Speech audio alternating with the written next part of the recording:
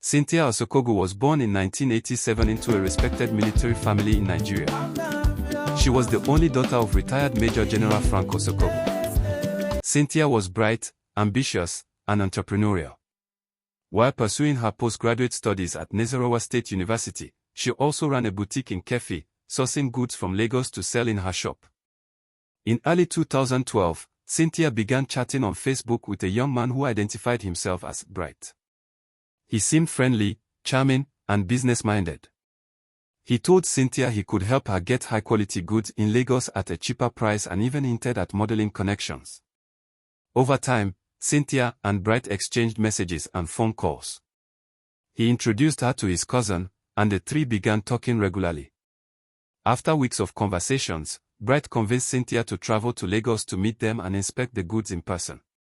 On July 22, 2012, Cynthia flew to Lagos without telling anyone where she was going or whom she was meeting. When she arrived, Bright and his cousin picked her up and took her to Cosmilla Hotel in Festac Town. The room had already been booked in Bright's name, which would later prove to be a crucial mistake. Once inside the hotel room, everything changed.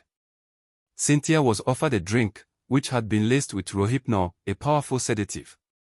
The two men, Okomo Nobufo, Bright's real name, and Olisoloka Isaac, restrained Cynthia and began to assault her.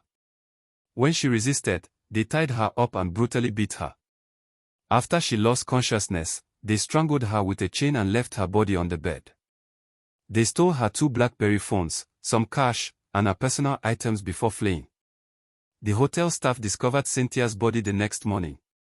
With no ID on her and no one reporting her missing immediately, she was labeled a Jane Doe and taken to a mortuary. And took her to Days Cosmilla later, Hotel in her family Festac. began searching for her. It was all a setup. Her mother filed a missing person report, and her Bright father and his started cousin contacting picked her police up and and took her mortuaries. to Cosmilla Hotel in Eventually, Festac. her body was identified through It was all a photographs. setup.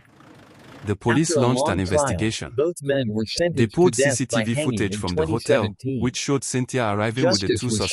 served. Hotel records matched the face of the man who booked the room, Okomo Nobufo, and his phone number was traced.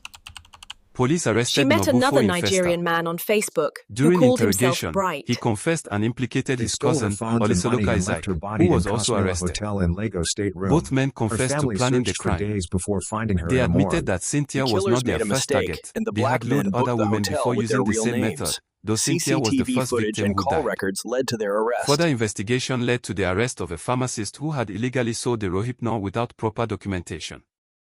He, along with others involved, was charged for negligence and conspiracy.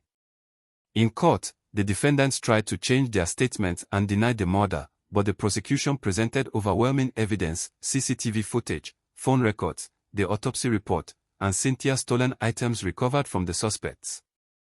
After years of trial, on March 23, 2017, Justice Olabisi Akinlade of the Lagos High Court found the 2 men guilty of conspiracy, murder, and felony. They were sentenced to death by hanging.